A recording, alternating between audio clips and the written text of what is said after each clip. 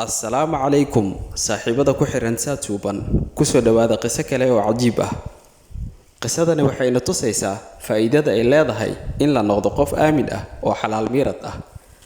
Haddaba waxaa jiray wiil yar oo lagu magacaabi jiray Thabit ibn Nu'man. Thabit wuxuu ahaa qof xalaal miirad ah, waxaana uu ahaa arday wax ka barta masaajidda. Waxa uu qaadan jiray duruufo diini ah. Maalin maalmaha ka mid ah waxa uu soo aaday safar aad u dheer oo socod ah.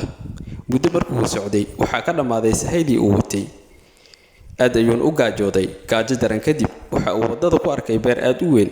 Asagoo doonaya inuu galo beerta, waxa uu arkay xabad tufaax ah oo ka soo laalaada dhanka wadada.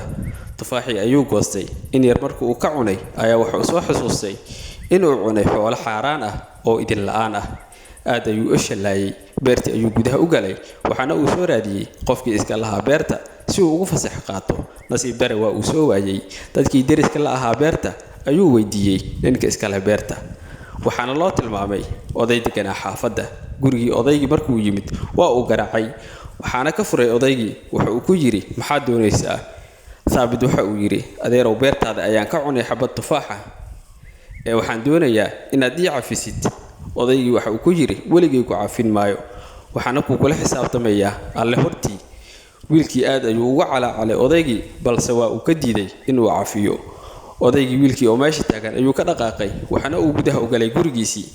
Saacado badan kadib ayuu soo baxay odaygii, waxaana uu arkay wiilkii oo meeshii fadhiya oo ilmeynaya. Wiilkii odaygii markuu arkay waa uu soo orday, waxaana uu ku yiri, adeerow cafiyo, waan ku baryayaa. Odaygii waa uu diiday inuu cafiyo Thabit. Thabit waxa uu ku yiri, adeerow cafi, waxaan kaaga shaqayn doonaa beertaadii ilaa inta aan noolahay, anigoon ka qaadanaynin wax mushaar ah. Odaygii waxa uu yiri, haddii aad doonaysid inaan ku cafiyo waa inaad ka soo baxdaa hal shuruud. Wiilkii waxa uu yiri, ii sheeg, waa ka soo baxayaa shuruud walbo si tufaaxaasi uu xalaal igu noqdo.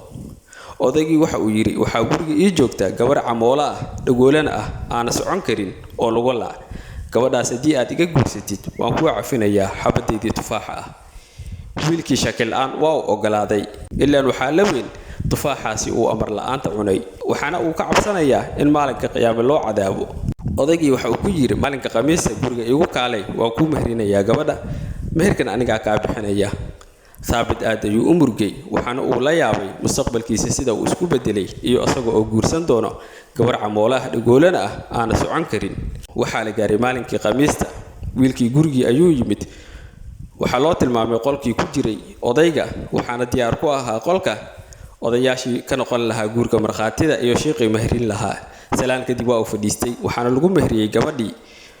Meher kadib odaygii wiilkii ayuu gacanta soo qabtay, waxaana uu soo kaxeeyay halkii ay ku jirtay xaaskiisa. Waxaana uu ku yiri, xaaskaaga qolkan ayay ku jirtaa ee u gal.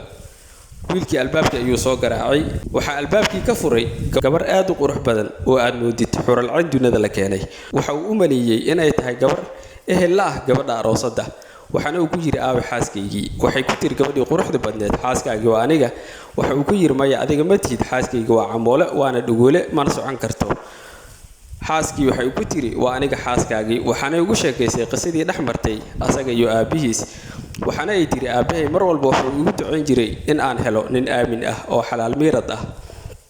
Waxaana uu ugu yiri, wiilkan haddii uu uga cabsaday maalinka qiyaamo xabad tufaax ah, waxaan ka rajaynayaa in uu gabadhaydan ammaanadeeda uga cabsado alla dartii. Saaxiibayaal, muuqaalka laag inoo saar, siina sheer garee, kuna soo biir saad suuban oo subscribe inoo dheh.